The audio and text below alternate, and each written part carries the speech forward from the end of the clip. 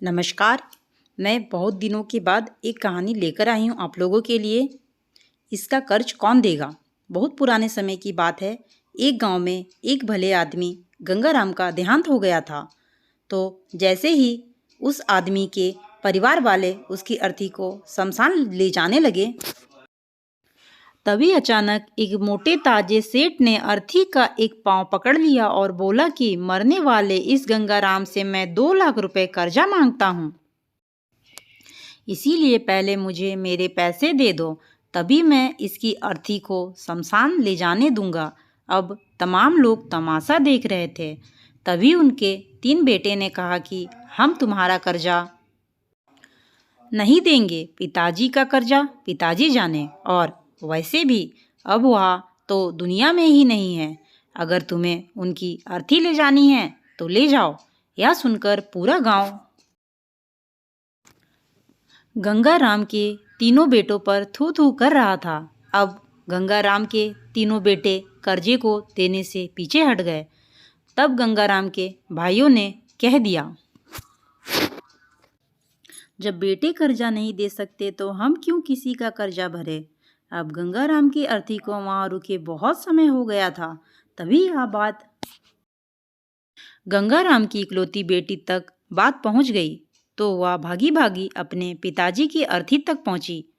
तभी उसने देखा कि उसके पिताजी की अर्थी का एक पांव किसी बड़े सेठ ने पकड़ रखा था। यह देखते ही उसे आंखों में आंसू लिए अपना सारा और जितना भी पैसे उसके पास थे वह उसे दे दिया, और फिर उस सेठ के आगे हाथ जोड़ते कहा कि सेठ, अगर यह सब जेवर बेचकर भी आपका कर्जा पूरा ना हो पाए तो मैं खुद आपका सारा कर्जा चुकाऊंगी।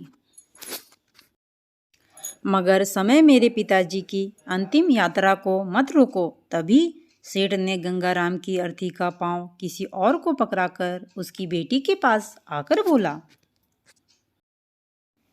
कि मुझे माफ कर दो बेटी। दरअसल बात यह है कि मुझे गंगाराम से 2 लाख लेने नहीं बल्कि देने हैं। गंगाराम ने 3 साल पहले मेरी कुछ मजबूरी पड़ने पे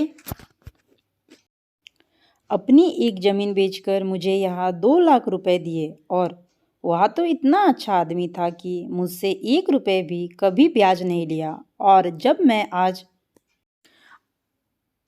गंगाराम के रुपए लौटाने आया हूँ तो मुझे खबर मिली कि उनका देहांत हो गया है।